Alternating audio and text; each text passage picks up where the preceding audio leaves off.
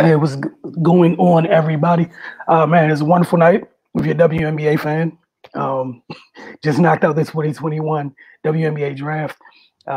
Interesting 3 rounds. Following along on social media, watching it as well. We weren't alone in some of the decisions and how things played out. But Ricardo Dudley Jr. is here. I'm Wilson Tarpe Jr. We're going to take some time to just go through, just real quickly, initial reactions to tonight's draft. There's going to be time in the coming weeks where we really dive into what the season's going to look like with the WNBA from a team perspective. All I can say off the early, these training camp battles are going to be glorious. We've seen in, over our time covering the league, we've seen, one of the tough things in the WNBA is not like other leagues where, first and second round picks, you feel a little bit of security in terms of maybe your roster spot. It's not like that in this league. Regardless of where you drafted, it's tough. You might have a little protection as the first or second overall pick, but there's only 12 teams deep. There's only so many spots. One of the things that happened this past year, in this COVID year, you had some big guns on a lot of teams, opted out the season to be coming back. There's just not enough roster spots. That's why a lot of folks covering the league been asking for expansion, all that. That said, Cardell, we went through you, myself, and Ray went through our 2021 mock draft on Monday. What did you think of tonight's draft, man? Either the GMs are very smart and coaches are very smart, or they don't know what the hell they're doing. That's how it's gonna be. We're gonna see soon, man. But it was a lot. This draft was a lot of shockers. It was a lot of once you got past the first, I say 3 picks, because we figured out Carly and AWA was gonna go 1 or 2. Yep. And Ari was gonna be up there, top 5 somewhere. Once we got past those 3, it was just chaos, man. Like players, you kind of saw maybe they'd be a second round or late first round. They had some mock drafts like Aaliyah Wilson. They had her going in the 3rd round. You know what I mean? So, and here they are in the 1st round and stuff like that. And you could tell everyone was shocked, man. Because even I saw Natasha Mack's interview, and she's pissed. She was just. You can clearly see when she said what she said. She's just like, it's people that win the 1st round that are not better than me, but we gonna, I'll see them later on. And then that's how it is. And I'm pretty sure there's a lot of players that feel the way. And there's players that win the 2nd round you didn't see going at all. And that's the beauty of the draft. You don't know. So like I say, either these GMs know, they got the jobs for a reason. Either they know the staff, front office, either they're sharp as hell, or it's gonna be a lot of job openings after next year. Let's just call it what it is, man. And special shout out to Keon and Dede out of Towson. I know she was drafted last in the 3rd round to come out the CAA, and local product, averaged 23 a game this year, point guard, and she's actually been torching everybody throughout her career, man. Gave Maryland 28 to kind of give you perspective what she's capable of. She's got drafted by Las Vegas. I think that's a good spot for her to try to earn on the spot, because Lambeer is old school. She go in there and bust heads open. He's going to keep her. He don't care. So, want to give her a shout out. But yeah, it's just shocking, man. That's what I could take from this draft. Just Tisha Pinachero, the legend. she tweeted out, which was appropriate. She said, your mock draft's looking like your NCAA tournament bracket, isn't it? You know what I'm saying? Like, everybody's just in flames. So it's going to be interesting. It's going to be fun to see. Yeah, and I know some people are trying to rationalize it, and I'm kind of with you. It was just chaos, right? And I also think this is going to be the theme of not only this year and the next couple of years in professional sports, in drafts, regardless of the sport. It's going to be chaos. It's because of COVID. Because yes, I don't think people truly understand how much of the processes got jacked up, which then affects the typical flow of information. And again, this is the thing where, again, this is not knocking any one team. And again, this is bigger than just tonight, because we got the NFL draft in less than 20 days or whatever, and there's gonna be some head scratches over there too, in the 7th round to that nonsense. All organizations and front offices aren't created equal, And you've been saying this for like the last almost year. We gonna find out who scouts are hitting on what. Like really hitting on what. Absolutely. No, And absolutely. Yeah. Go ahead. I mean, yeah, absolutely, man. You're gonna see who can identify talent. Like you said, you can't get in the gyms. You couldn't get in the gyms, especially for the international players like Shyla, and you know what I mean. AWOC's different because her talent just blows you away. It's just, I mean, you have to be a complete novice at the game not to see her talent. That's different. But like, you see her play like Shyla, Stephanie Watts sneaking up in the first round, stuff like that. You just didn't eat. Even Jasmine Walker going 7th, man. You didn't really see that happening. Gonzick, that going 4th. I mean, look, man.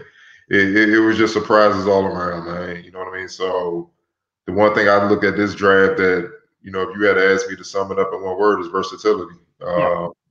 It didn't matter what position you gotta be versatile to be able to play multiple positions, even though you're technically by your size talented to be one position. If you're a point guard, you're going to have to play off the ball.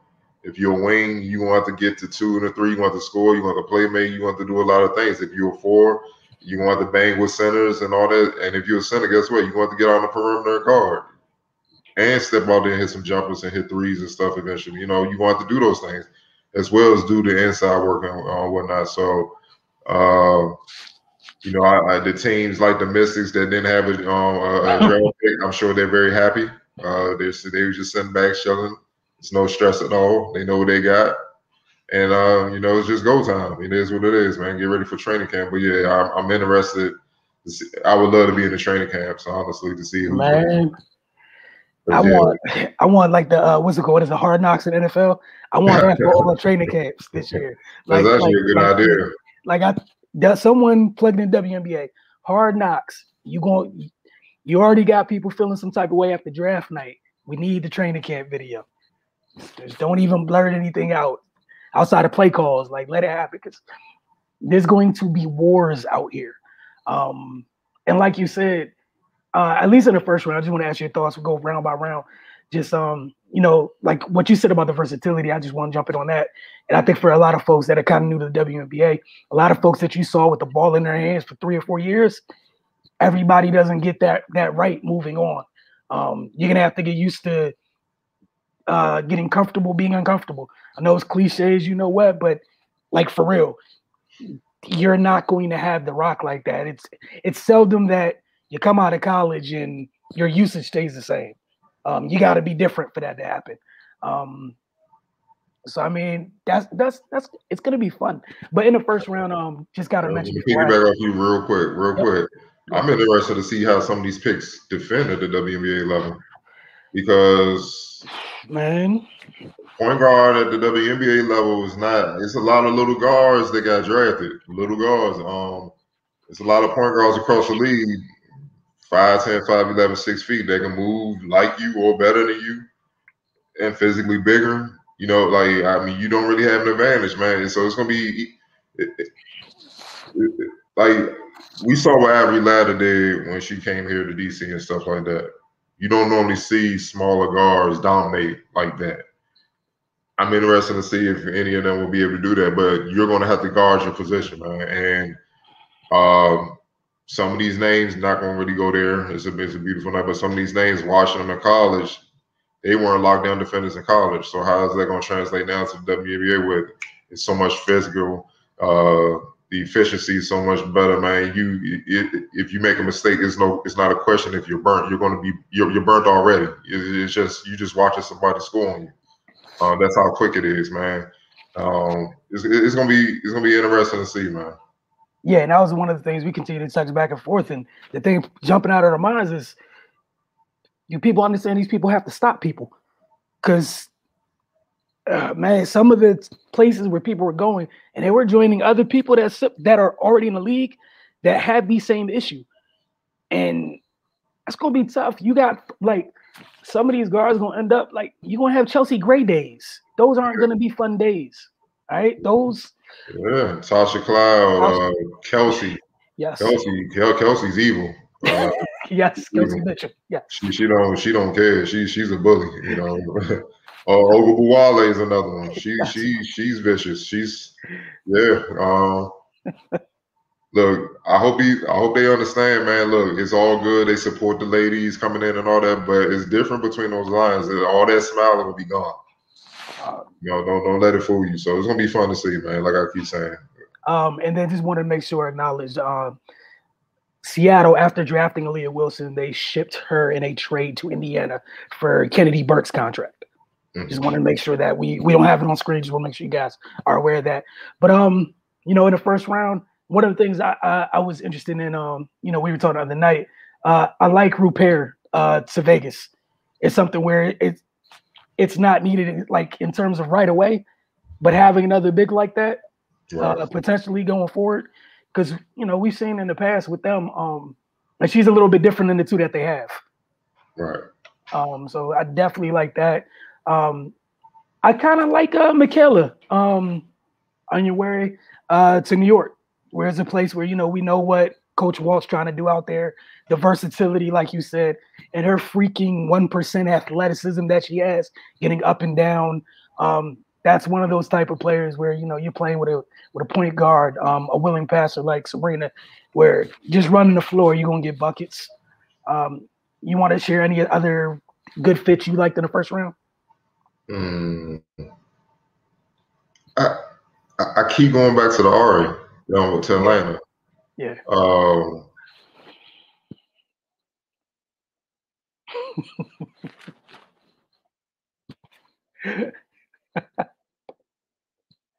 I think Cardell will be back in just a minute.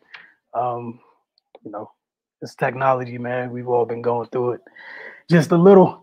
But if anybody's tuning in, let us know what you thought about the first round of the WNBA draft, because we thoroughly enjoyed it. But go ahead, Cardell, I know you're back. Yeah, the Ari and the Kennedy backcourt. No, because they could be dynamic. Because they could be dynamic. Like, don't get it twisted. They small, but they could be hell. You know, it could be all right. For a good example, compared it on the men's side. You know, remember the 2001 All-Star game when Marbury and AI went off together in the backcourt? Yes. Both fans getting in the pass lane, but they was torching and stuff, and they came back and won the West. They could be that version. Like, they could possibly be that, man. You know what I'm saying? I just want to see how they fit first. You know what I mean? Because they're very similar. I think Ari is more of a pure point that can score. I think Kennedy's more of a scorer that can run point. Right. So that's the dynamic they're gonna have to figure out. But one thing about Ari I do love, when she puts her mind to it, she could lock you up. Like, she can make it hard for you to dribble. And I think that's what they're gonna lean on early for her in her career. She's gonna have to be a pest and get in a lot of these point guards, you know, get up in them, you know, make it difficult for them to get cross half court and start the offense and whatnot. And then with Kennedy doing what she's doing and stuff like that, being able to score playmaking and all that, and Art, like, it could be a beautiful match, but it can also be where, all right, they too small. We're going to mix this up. Right. You know what I'm saying? So that's the one thing that, you know, kind of jumped out at me. Yeah, and kind of just to share on that, I think that now, even, you know, now after the draft, it's even more of, you know, looking at what they went out and did in free agency in terms of bringing in some of those versatile players that can defend wings, you know, some of their versatile bigs now that can defend wings as well in the post. If you are going to jump out there with that that backcourt, you're going to have to lean on their teammates, because, you know, people are going to try to exploit those mismatches. But yeah, I like that. I definitely like where you're going with that, because it definitely could be special. But there's that fine line there too, especially on the other end, because they can't, as a group, those two, if they're going to be out there together, they cannot afford to slack defensively at all. Because think about it, they in the East, okay? So they're going to play, let's say they're playing the Mystics. That's potentially Tasha Cloud and Kiara possibly in the backcourt. You know what I mean? That's 6 feet. They could do everything. And, you know, Cloud, last time we saw her, obviously she didn't play last year. She added a post game. I mean, she improved every year as a shooter, but she added a post game, and she's one of the better defender playmakers. So she was already that in the league. So now she you got a smaller guard on her, she just going to the block. And you're going to have to come and double. Otherwise, she just going to do damage down there. Especially with the shooters she having around her and stuff like that. So they were posting Atkins last year a little bit in the I forgot about her. Yeah. They were posting her as well. So yeah, that's just the tough part right there. But you know, Cheryl Reeves is always doing it again. Renea Davis, another one of those. Just I love the fit. You know, Minnesota continues to get richer. It's somebody who could play with any lineup that she comes up with. You know, like we're talking about her versatility, especially on the defensive end, scoring all three levels. It's just a really nice fit. And you know, you mentioned you know, Shyla Hill, and that's one of the things where we've seen a couple of times a lot of these foreign players that have already been playing pro, got some reps playing pro. You know, in years like this, I'm interested to see if this is a trend that continues not only this year and next year, with how everything's been where we were talking earlier this year. But all right, we'll go to round two. We have nothing else for round one. Slide to round two because round two was round two could possibly go down in history as one of those rounds when we look back like what happened, who came out of round two, and why. Like we're like from 1 through 12 in round two, it doesn't even get light, right? You start with Dana Evans to Dallas, and we saw what they got in round one, but again, that's not exactly a bad thing to get. Training camp's going to be tough. The Aces get Destiny Slocum, a different type of guard for them. Obviously on the smaller side a little bit, but more of a with Chelsea Gray leaving, I think is more of a natural playmaker. Then, like, I know Plum's done a good job in trying to get better at that. You got Raquel Carrera from overseas. The Sky getting Natasha Mack. Yeah, that's crazy. Like, man. That's a first round player. Yeah. Like, this is somebody with multiple 19-19 games, multiple 20-20 games, along with 3, 4, 5, like multiple average 4 blocks in college. Like, that shouldn't be there in the second round. So about somebody 6'4", whatever, athletic, 7-foot wingspan, that shouldn't be there. All right, followed by Dede Richards. You know, again, talking about what New York likes. I thought that was a freaking steal getting Dede right there. Because ideally what you get a whole 6'2" secondary playmaker on the floor and things you can just move all around, and we know what she brings to the table defensively. And with everything you got around her, it's not why she can't score. It's not like you're gonna be like, hey, you have to score for us. Bring to the table what you do with your defensive playmaker. It will be all right. Keon Williams to Seattle. They bolstered their backcourt. You know, they went backward. Unique Thompson, Connecticut goes Dejanay Carrington. Yeah. And then Michaela Kelly, which people aren't aware about Michaela Kelly. I'm not saying this is what she's going to be immediately, but folks remember how annoying Courtney Williams was as a bucket coming off the bench for Connecticut. She potentially could be that type of scorer. Like, she is a bucket. So they go back to back there. Arella Garante slides and ends up in Los Angeles. That's probably the biggest shock for me. Yeah. All the way down to 10 in the second round, which is absurd. And Dia Jones goes 11 to Seattle. And then Trinity Baptiste from Arizona to the Fever. I want to hear what your thoughts on this second round. I felt like I was talking too much. Well, I definitely love it. You know, I mess with Dede Richards a lot. I feel like I honestly feel like she would win in the first round, like I said, if it wasn't for her injury. Right. Her being temporarily paralyzed. I think that scared a few teams, but she's ideal, man. The only thing she got at is a jumper, and it's a wrap. I love her tenacity on defense. Obviously, her playmaking. I don't think people understand her size, man. When you 6'1", 6'2" as a point guard, WNBA, that's like an equivalent of being in the NBA being like 6'10". You know, Ben Simmons playing point. You know what I mean? It's tough. It's tough, man. And you know, she's competitive. You know, she's tough, obviously. So I think she'll help, man. She'll help take the pressure off Ionescu. And Ionescu can, at times, be more of a scorer. You know, she can focus on that aspect or whatnot. And it just bolsters their backcourt because they have a lot of bigs, you know, promising bigs that they can, you know, go to, especially with Natasha Howard there. They got somebody that they can count on night in, night out, 20 and 10, guaranteed. And we've been saying this for years. If you don't have one of those bigs, you don't have a chance. What else you got? Like, you got to have a versatile big that can kill from all over, picking pops, inside, outside, create on their own, post up. You gotta have that, or you just don't have a chance. At least one of them. Yeah. And you start to see more of them be coveted in the draft. Like, look at it. We in the first 2 rounds. It looked like it's about a good majority of the players selected in the top first 2 rounds are those potential caliber bigs, including the first 2 picks. You know what I mean? So you got to have that, man. And then it's not enough just to have one. You have to have multiple, or you still don't have a chance, because one can get in foul trouble, get injured, and then you're done. And that's what I feel like this draft was about. It was about adding depth. Got ladies that can come in and hoop and bolster your roster. You know what I'm saying? Because think about it. Last year, Seattle won, they were deep. The year before, the Mystics won it, they were deep. You know what I'm saying? The year prior to that, when Seattle won it, when they beat the Mystics, they were deep, man.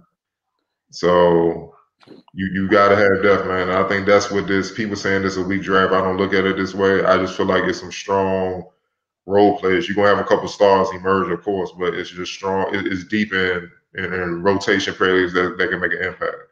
And people love to determine drafts by who going to be stars, but the majority of the league aren't stars. That might be, it's 144 players, so that might be the top 10 players are stars. The rest are just top-notch rotation players. You know what I'm saying? So that's what Dede Richards definitely is one that jump out. Destiny Slocum, we all saw what she did at Maryland. It was a magical freshman year. To this day, I haven't seen many freshmen come in and just tear it up like that. We were both at the game when Maryland played UConn, and sold out can be at Comcast, or Xfinity now. And she put on a show, man. Then obviously she transferred a couple of spots and whatnot, so she kind of got off the national radar a bit. But we all know what she could be, man. And playing with Las Vegas with those bigs and stuff, yeah. I can't remember her name, man. She got a style similar to an old girl from years back. You know who I'm talking about. What team? Thing, man. I can try to help. She played on a few teams. She was a flashy passer. I think she was Native American. You talk about oh my gosh. I know exactly you talk about Schimmel. There you go. Got the same style, same flashy style that Schimmel had, but I think she could shoot better than Schimmel and whatnot, and score. Because even Desi, I remember her from the Jordan Classic. She put on a show in New York. You know how New York like that type of flair, so she got that flair. So Cambodge and Asia about to just be eating easy. When she get in the game, like they gonna just be ready to catch and shoot. It's gonna be there. So she knows what she's doing, man. So and Arella, if you look at the first round and what the Sparks have done, you can see that clearly they're trying to get players that kind of replace what you can't really do it, but fit the mold of what Candace and Chelsea brought. You know what I mean? So, it's just tough, man, how they go. Yeah, and what you were saying about Destiny, I also think it might be the, maybe not initially, but as she gets comfortable, Kelsey Plum's going to love it. Get to play a little bit more off ball. And like, similar to what you were talking about earlier, where, when you talk about Atlanta, you got one of them who's a little bit more natural playmaker, one who's a little more innately a scorer. It might make, it might unlock things for Plum a little bit, where she's had to work hard to improve being a playmaker and running a team and whatnot. And, at times, if you can play them together and get away with it, like their front line's big enough where you can get away with it. And you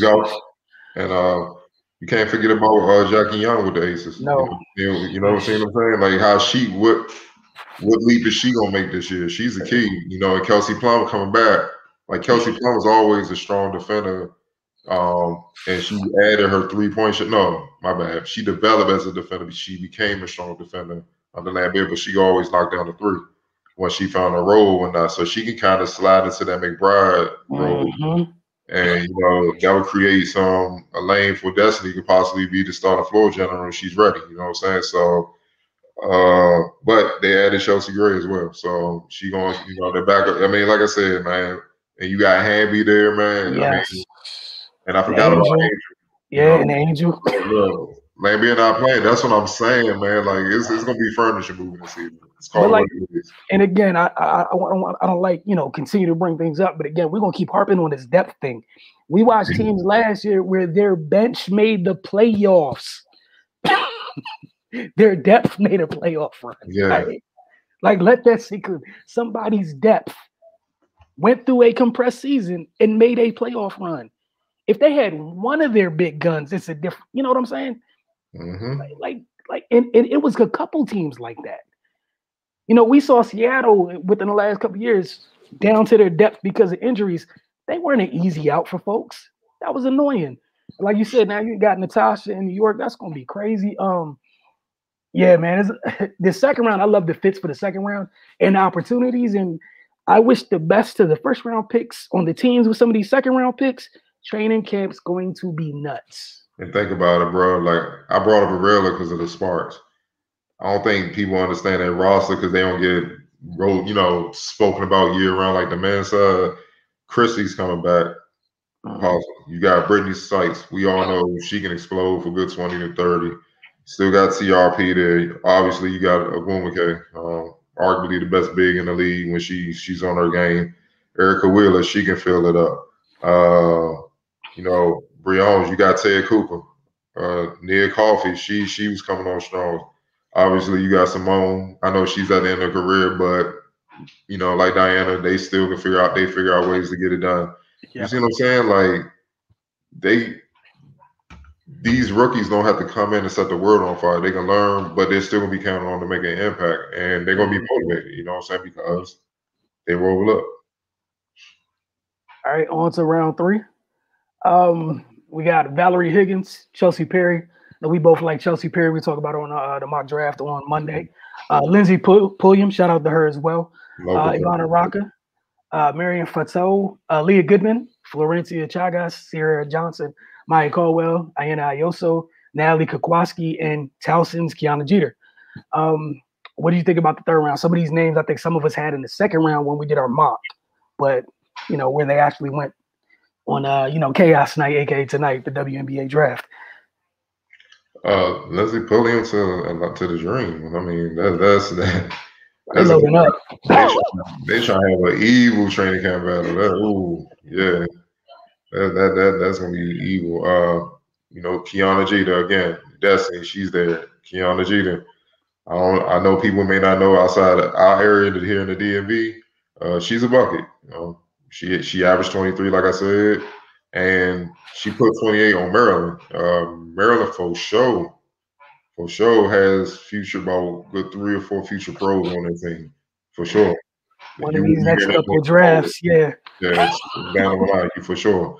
So she could boogie with the best of them, man. You know what I mean? So she get a shot. Like I keep saying, man, I like a lot of the coaches in the WNBA because they just keep the best players. They let you decide. You know what I'm saying? It's not like we're gonna do the political thing. You played at a big name school. We're gonna keep you. Look, we don't have time for that. Like we gotta win or we out of here. Either you can play, or you can't. And they get the opportunity. But Lindsay Pulliam, I'm definitely interested to see how she feels with the dream because they're loading in the backcourt. So something's gonna have to give, and I definitely think she's good enough to play in the league. Especially with her physical style, the way she can make plays, and she has one of the best mid-range games in all of college basketball. So you can always use that. Yeah, and I like the fact that not only she's a willing defender, but a capable defender. When we were talking about a kickoff, this thing, it's going to be hard to kick off, like to knock people off your roster that can keep people in front of them. Then you add what she does offensively. She's going to be a tough cut if they do cut her. Like again, these training camp wars are going to be a problem because unlike some 3-and-D players, she can score. She can it's not a hey, I can hit an open shot, and she's a bucket. She's a well-rounded guard. It was her and another young lady at Northwestern did a great job leading them. and some wars with some good Big Ten teams. Aaliyah Gilman could definitely shoot. You see what Connecticut's focus on. They got their big gun coming back this year. They lost AT, but John Queller's back this year. But Alyssa got hurt. Yeah, AT's out. That's but a wild card, yeah. It sucks because they're not both together, but sheesh. Look, I'm looking at the Atlanta Dreams roster. Guards is going into camp. Shatori. Oh my God, I forgot. Courtney Williams. You got Vaughn Turner. Odyssey Sims. Vaughn Turner's tough too. Odyssey Sims. Obviously, just spoke about Lindsay and Ari, Tiffany Hayes, and Kennedy. Yeah. Hey, that's about to be nuts, man. Yeah, I don't know what to say though. Good luck to all the rookies, man. And then the other crazy part is, we gotta think about this. All teams don't make great decisions anyways, but like the trickle down effect. Mm-hmm. Some of the folks that don't make other teams, some of the folks that didn't have draft picks, were sitting there minding their own business. Here comes a nice undrafted free agent headed your way that can contribute right now. Injury gonna play a role, but this is why we also said they got to expand. They got to start expanding. It's just too much talent that's WNBA worthy, but they're not gonna be in the league. It's a numbers game. Yeah, they need at least 2 more teams. And obviously start with the Houston Comets, and then we can go from there. Yes, start with the Comets and bring back the Sting. I need both of those two immediately. Just immediately. But like you said, the Comets is a preference. Hey, look, I hope you guys enjoyed the WNBA draft. Let us know what you guys thought about it. As always, as the WNBA season gets closer, we're going to get to going through some of these rosters and looking just at how crazy training camps are going to be. Cardell just shared with you just what the guards portion of the Atlanta roster looks like. Again, the WNBA is not like other leagues that where you get drafted, it's cool, but it's literally about who makes it out of training camp. It is literally a draft within the last 5 years where there's like one player from the first round that's still in the league. Mm. Like it happens. It's a dog-eat-dog world out there in that league. Like it's real. And then the other thing is, like you said, the biggest part with the chip on the shoulder, you got a lot of players, some of these just now with the CBA change and everything, some of these second-round picks just got, everything worked out for them where their second contract happened underneath this new CBA. They're not about to give up their spots. They were former second-round picks. like Maisha Hazal, second-round pick with the Memphis. She had to wait multiple years to get her opportunity. And then when she did, she made an impact. And she fought her way to being a key player for the Mystics, right? Yep. Honestly, for any rookie coming in, you don't even want that smoke, with a bet like that. You know what I mean? So, because all she knows is grind. You know what I'm saying? So that's what you got to face, man. It is what it is. That's why, I'm glad Tabal was smart. Like, ain't no rookie making our team. Let's go ahead, give up these picks, get a bet and keep it moving because we're going to waste your time. You're not going to beat nobody out on our team. Nah, just go ahead and say them picks for the next couple of years when, and then some things, you'll see what happens. But, some of these rosters are so solid.